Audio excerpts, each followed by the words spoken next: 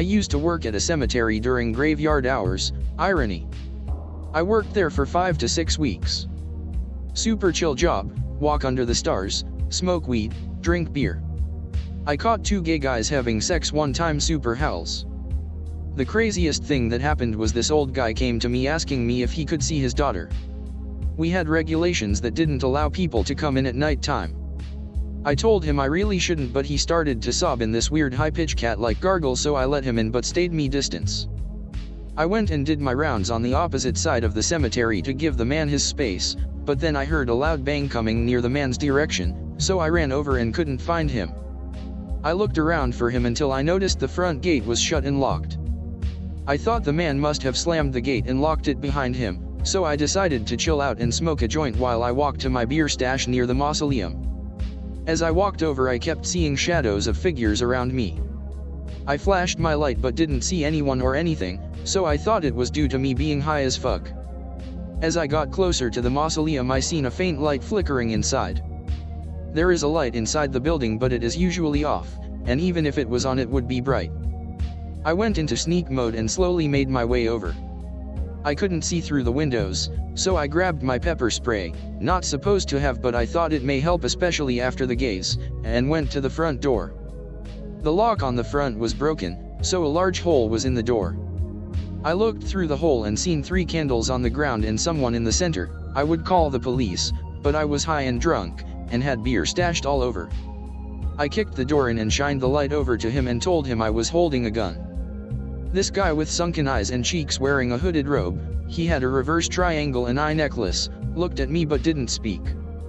I heard sounds behind me, so I turned around to see.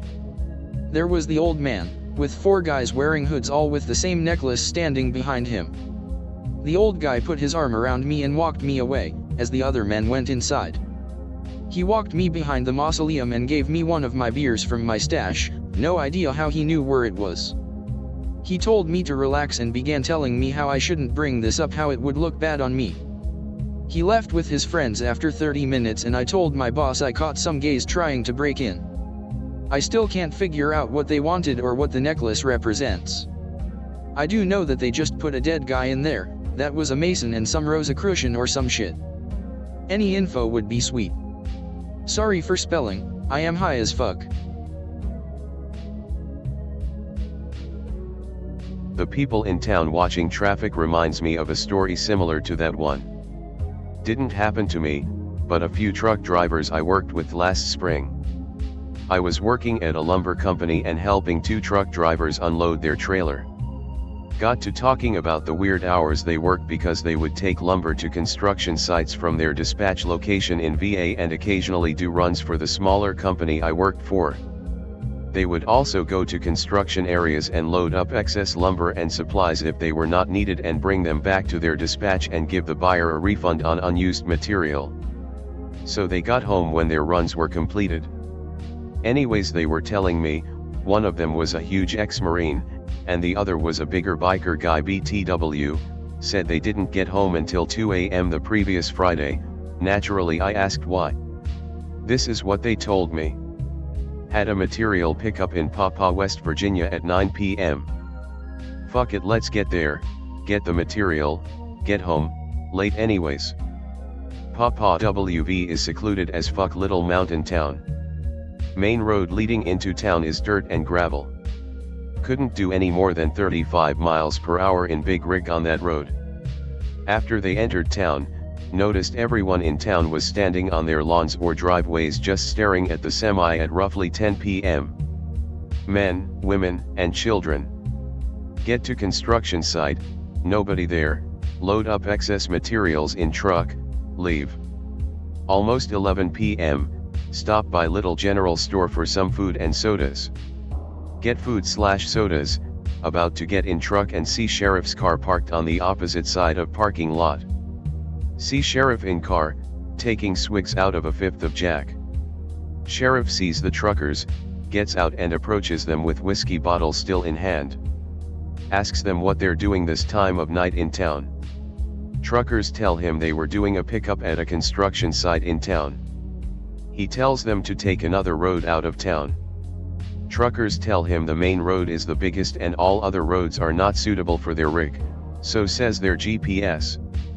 Sheriff tells them they better not, a lot of people disappear on that road late at night and they'd be best to find another way out of town. Truckers tell Sheriff they will and get in truck and pull out of parking lot. See Sheriff staring at them as they leave and swinging more whiskey. Fuck it, he's just drunk trying to scare us cause we're out of towners and nothing better to do on a Friday night.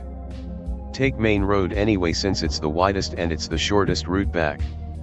As they leave town, see townspeople are still staring at them, even at 12 a.m. Halfway down the main road, trees and empty fields on all sides, no houses or buildings at all. See large hairy figure standing a dozen yards or so up ahead on side of road. WTF is that?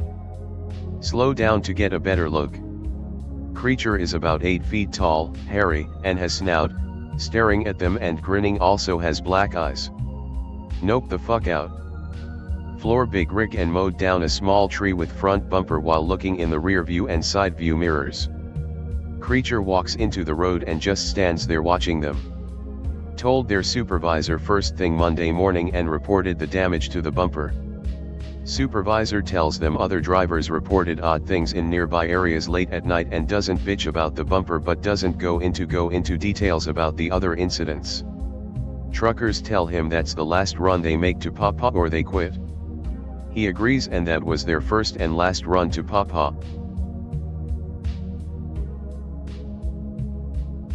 Here's another, totally unrelated incident. I wish they formed a coherent narrative, but my life, indeed, anyone's, seldom does.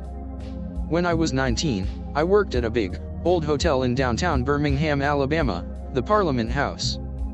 I'd been hearing spooky stories about the place pretty much since I'd started working there, mostly about a double homicide that had supposedly taken place in the kitchen back in the 60s, 2 guys fighting over a girl, a kitchen being a bad place for that sort of fight to go down. According to the word of one person who claimed to have been there, she'd definitely been working there that long, they'd pretty much cut each other to pieces. We had a real bad ice storm, and in Alabama, any ice at all is bad news. The Deep South doesn't know how to deal with it, and they'd called in staff to stay in the hotel overnight. I guess it was about 2 in the morning when the phone in my room rang. It was the night shift security guard. Dude, you gotta get down here and see this shit. Him being one of the people from whom I'd heard plenty of creepy little anecdotes from his rounds, and him being just as fascinated by the supernatural as I was, I'm up, stressed, and down in the lobby in about 5 minutes flat. When I come off the elevator, I can see the security guard, the night clerk, and the bartender all clustered up at the front desk, staring down where the hallway tees off to go back to the bar and talking amongst themselves. I can already hear something somewhere rhythmically thumping. When the guard sees me coming, he gets that crazy grin that people get when they're equal parts excited and scared shitless, that daredevil ghost hunter's grin. When I get down there to them, he says check that shit out. Pointing down to the bar's double doors. It looks like someone's inside, pushing against the doors, which swing out the half-inch or so of play they have until they check up against the dead bolt between them. Thump. Thump. Thump. Steady, rhythmic. Now I'd like to take a time out here to clarify something. I'm a believer. However, that doesn't mean that I don't do everything I can think of to rule out rational explanations. The lobby has huge, 2-story plate glass windows as its front wall and electric front doors which even at 2 o'clock in the morning during an ice storm see pretty heavy traffic.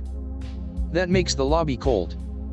The bar on the other hand is shut for the night, heat still cranking out full blast. It would have been reasonable to chalk it up to airflow striking some sort of mechanical resonance with the doors, making them bang like an unwavering metronome. I laid this explanation out to the 3 of them and asked them how long it's been doing that. They tell me since about 20 minutes after the bartender locked up and stopped to shoot the shit with the clerk. Bingo. Long enough for the draft to really get the doors going. I ask them if anyone's been down there to check it out. A unanimous hell no. Well, here's a chance for the kid to make the grown UPS look like dumbass, I'm thinking. I talk the guard into going over and keeping an eye on the entrance to the bar's adjoining restaurant and I walk down to the doors. I stand there looking at them for what's probably a good 15 to 20 seconds. I see the guard through the metal cage that serves as the front and side walls to the restaurant. He's got his flashlight out and is training it on the kitchen door. The clerks with me and the bartenders still up by the front desk. The doors to the bar have panels of glass in them, so I can clearly see that there's no one on the inside pushing them, not even a crouched down someone. I lean my full weight into the doors and they stop thumping. See? It's just the heat from the dash. Thump. It pushed me back, all 180 pounds of me. Come over here. The guard yells over. We'll go in through the kitchen. I shag ass over there and follow him and his flashlight through the darkened kitchen. We go back and check the service door. It's locked. An alarm would sound if someone tried to use it. Also, it's only about 15 feet from that door to the bars, so unless we were being pranked by the world's boredest ninja, I really don't see anyone sneaking out of there unnoticed. We head over into the bar itself. I stand watch by the kitchen door while the guard checks everything out. He makes a pretty thorough search of the place before walking over to stand right in front of the doors, which are thumping again, by the way. Oh my god, he says, come feel this. I walk over there, feeling the temperature drop with every step. Now that really could just be the draft, I say, not those doors, though. The hair on the back of my neck is standing at attention, and to be honest, trying to play off that cold to a draft really was just lip service to the rational. It didn't just feel cold. It felt bad. It felt angry. That's when the guard's flashlight dimmed out. He shook it, smacked it against his palm, then looked at me through the slanting light from the window panes in the doors, that crazy grin still on his face. Ready to go? He asked. I was. When we got back into the hall, his flashlight suddenly came back at full strength. We just looked at each other and laughed like loons. We told the other two guys what we'd seen and felt. Heh, said the bartender, pulling on his gloves, looking just a bit too much like the old cook from The Shining. Scatman Crothers, I'm getting the fuck out of here. That guy was one hell of a piano player. He never came back to the hotel. I have one to share. It's not spooky as much as unsettling. Be me 22-year-old security guard on their last shift. Been working this job since I left the Air Force. Finally getting around to going to college, so getting a new job in the campus library. I basically work a gate guard for some snobby rich neighborhood. Place is honestly the worst, people scam literally everyone they can. 75% of my job is turning away pizza guys who were given bad checks or letting cops in to serve court orders. Last part of my shift, my replacement was supposed to be here at midnight, but it's now 00:30. Fuck you, Kyle. Gray Nissan pulls up to my gate.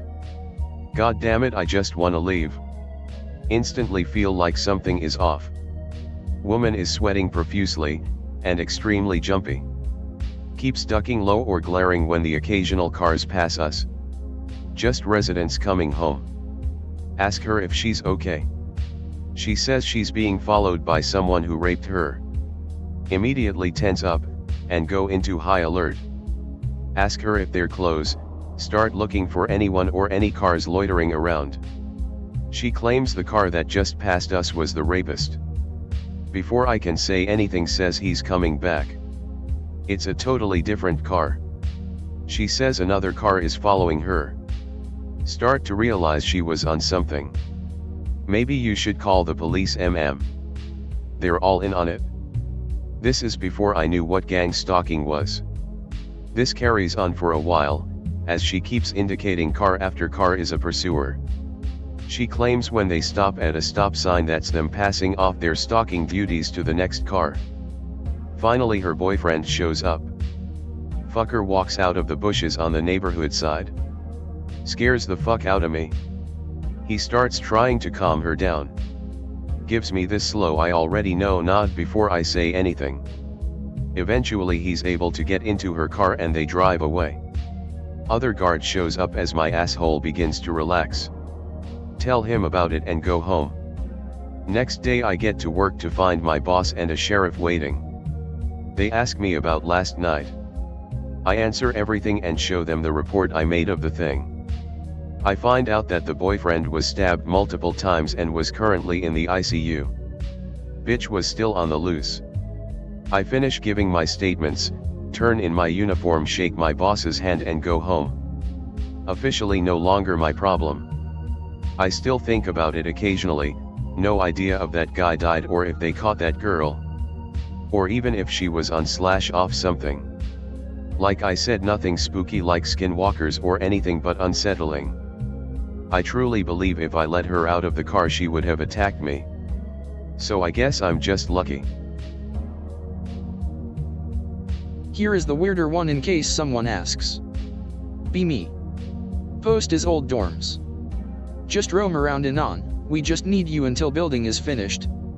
Oh okay supervisor, no big deal I though. Basically spent a summer roaming around an old dorm. One night I lock up and get some shut-eye. Basically prop myself up in my favorite dorm room and get ready for a long and boring shift. Just a little backstory. I don't know why I was hired for this job, the campus already had security personnel, why this building was special I don't know, maybe the construction company was not allowed to use campus guys for it because some technicality I don't know, but here I am. Anyways, in my cozy room. Building is locked, everything is secure at this point. I'm playing with my phone and then I start to nod off. Before I know it I'm awoken by a bunch of loud bangs. I look around building but nothing. I got back to top floor to hear banging from roof. WTF. I run outside to look up and see nothing. Go back in and lock up. On top floor now and I hear a series of loud bangs, then the entire building gets flooded with some bright as fucking light. Next thing I know it's morning. I bring this up to supervisor because I'm dumb kid, says yeah. That's why we are there. Campus security won't even look at the building, what the fuck. Working as janitor in my local lyceum, Polish version of high school. The school is huge, 4 floors and basement, and it used to be a military base. Like my job, but there was one thing that I always found really troublesome. From time to time, we had those so-called cinema nights. Students and 2 or 3 teachers would come to school at evening and watch movies together. It usually ended around 1 a.m. There was the rule that they can only stay at the ground floor, in classrooms. Roaming around school was forbidden, but you know how kids are. Some of them always found the way to sneak out. In most cases it was either horny couples or pranksters. Anyway, my main job on those nights was to patrol the hallways and find those who lost their way. One time teacher phones me and says that some girl went to the toilet, didn't come back, and when they went to check on her, she was not there. Another boy also disappeared somewhere. Sci.jpg. Start looking for them. Not really scared, I knew the school too well for that, but schools at night have a very specific atmosphere. Went to basement first. Stopping from time to time to check if I hear anything. Nothing. For a moment I think I hear a sound at the stairs behind me, but there is nothing there. Go upstairs, still nothing. Finally found them at the highest floor.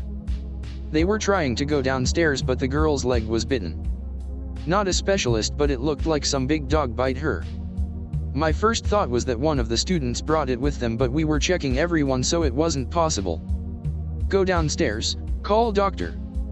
Everybody is shocked and no one knows anything about this dog or whatever it was. We ask the kids what exactly happened. In short, they were a couple and wanted to meet in the toilet on the highest floor. The girl was first there, but when she was opening the door to toilet, something attacked her leg and run away. She didn't see much, the light was turned off, but she catched a glimpse of it and it looked like a dog cause it had 4 legs. We searched the entire school but we found nothing. I still have no idea how it managed to sneak in and then get away. All windows are pretty solid, and doors are closed most of times. We also have monitoring on all entrances to school, but it registered nothing. Okay, I got another. Keeping eye on office building. Late night shift again, 2200 hours to 6 o'clock on a Saturday. No friends, so don't care, and again avoid normies at normal hours. Watching the cameras to see if there's any /x/worthy ghosts floating around. Nothing as usual. There are some staff still on site in the late evening, around midnight the last one will leave the office. Observe woman in one of the hallway cameras. Acts like she is being followed, just like Elisa Lam did in the elevator, same mannerism, and everything. Get spooked seeing this and decide to investigate in person because inner sense of responsibility tells me to do it. I think it's a beta cope. Before I leave I observe a good 30 seconds of this woman running around like she's a secret spy agent or some shit, peering over corners and running fast as fuck for no reason.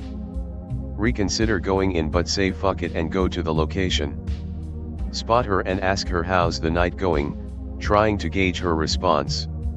Says all is good and walks off normally, but was unnatural in the response she gave, like she was panicked. Thinking I fucked up somehow, but realized maybe she was just bored or I'm spurging out. I guess she was role-playing or some shit, but it was a little weird, there was no one messing with her. Maybe she knew I would observe that but was kind of weird for me. Thanks Anon, I have a few more, but they're not quite the same. Be Me, 2014. Brand new EMT, emphasis on new. In a volley station, working my first paid shift, and first time staying there at night by myself. Building's not especially old, but I've always felt uncomfortable downstairs. The downstairs part is just always cold. You don't necessarily feel like you aren't supposed to be there, but you absolutely feel like someone's following you around. You instinctively look over your shoulder going up the stairs because that feeling gets intense every time. One of the training mannequins, rescue Randys or whatever, also happens to be on an old school stretcher beneath one of the cameras. The security camera feed on the wall-mounted TV shifts to grayscale at night. About 3 a.m., I come in from a smoke and am fucking around on my phone when some movement catches my eye. Door to basement is fucking opening. It opens about 6 inches or so, then shuts just as slowly. Look in camera to see if anyone had came in through the downstairs, as it happens often. Ricky Rescue is staring straight into the fucking camera, googly eyes all reflective tactical_shart.mp3. I leave in the primary truck and just chill around the center of the district until shift change. Apparently according to some older folks, it's the first chief, but he doesn't mean any harm. Also, there's a video of one of the roller doors on a truck flying open and a searchlight coming off of its dock, falling into the floor and cutting on. I'll post a WEBM. If I can get a hold of it sometime. Pic related is similar to that bastard rescue Randy, except ours has reflective googly eyes and is in an old extrication jumpsuit. Be Me, a few years later. Paramedic now, but still work there. Get call for search in the woods behind some house in the sticks. Old man that lived there left in an hero note, said we could find him in the woods out back.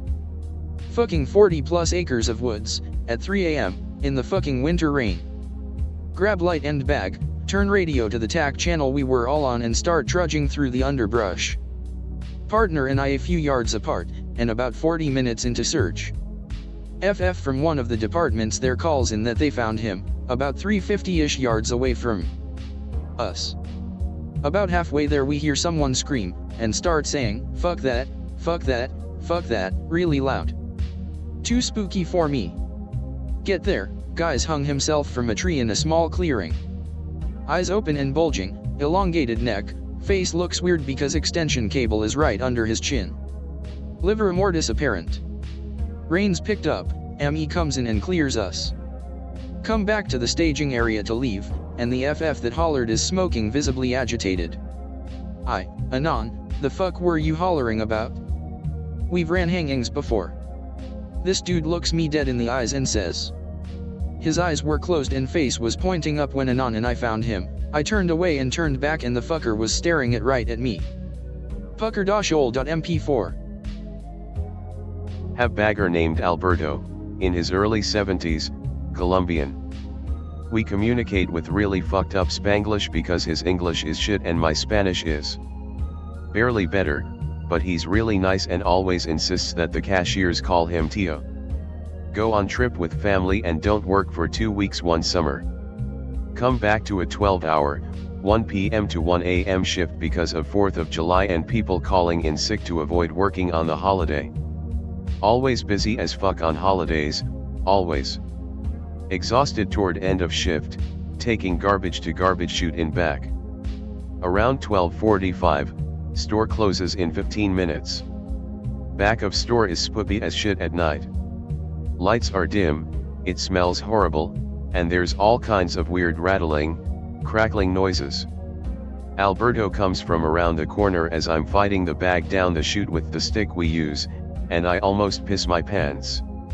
Tell him not to sneak up on me like that and he laughs, lectures me about being back there so late by myself, that all kinds of terrible things happen to young ladies alone and I should be more aware.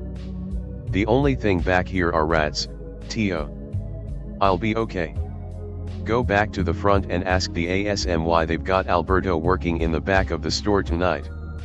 Guy gives me a funny look and informs me that Alberto had a heart attack at home a week prior and had died on the way to the hospital. Asks me if I want to close out a few minutes early, if I'm that tired. Never go to the back of the store alone at night again. Be me. Working in retail store during college. Be closing shift. Co-workers wanted to go party, so I said go on and it'll finish closing. It's cold as shit out and all I want to do is go home and sleep. They went on. Be about 12 AM now and just finishing up with the register. Black van pulls up. Lights are off. Figure it's just the cleaning guys. 2 guys get out, and 2 replace them from the back. Maybe friends or helpers. Both guys who did this have blurred faces. The 2 that got out had masks. One walks up to the storefront and tries to open door. Realizes it's closed. Just stands there looking at me. Wonder where other dude went. Hear the back door shaking a bit as if someone is trying to open in. Guy in front is still just standing there. Lights cut off. All that is illuminating the store now is the van. Second guy comes back to door. They talk for a bit and just stand there looking in. Second guy is a bit more curious and is looking all around. First guy is just fixated on me. Call police and tell them what's going on. Say they are super busy with the weather/storm and will have a car out in 30 minutes. They tell me to stay put and not to worry as it's just kids fucking around. I don't know about that. Figure I can wait it out for the 30 and they will eventually leave because it's freezing out. 10 minutes pass and nothing really happens until a car pulls up. One guy gets out, kinda shoos the other 2 away and looks into the store. Reaches into pocket and pulls out a rather large knife and taps it onto storefront. Gestures for me to come. Nah, fuck that. Starts rubbing the knife on the window. Now dude. One of the other dudes walks to van now and pulls out drill. Walks up to door and starts going at the lock. Fuck this. Run to side door which is connected to another business. We're cool with them so we have key. I'm in now. It's pitch black and I'm sprinting at this point and I run into someone. The light from the outside is kinda shining in at this point. I see a guy, a mask is on the floor. Dude's face is all kinds of jacked up. He jolts up but I sprint as fast as I can to the parking lot. I unlock my car, thank God for auto start, and hop in and peel out. They all hopped in the van and car and this point and I see the lights behind me now. Fuck, they are coming to finish me off or something. They hook a hard turn and never seen them again. Saw cops further up road and flagged them down. Explained I was the one in the store, etc., etc. That's really it.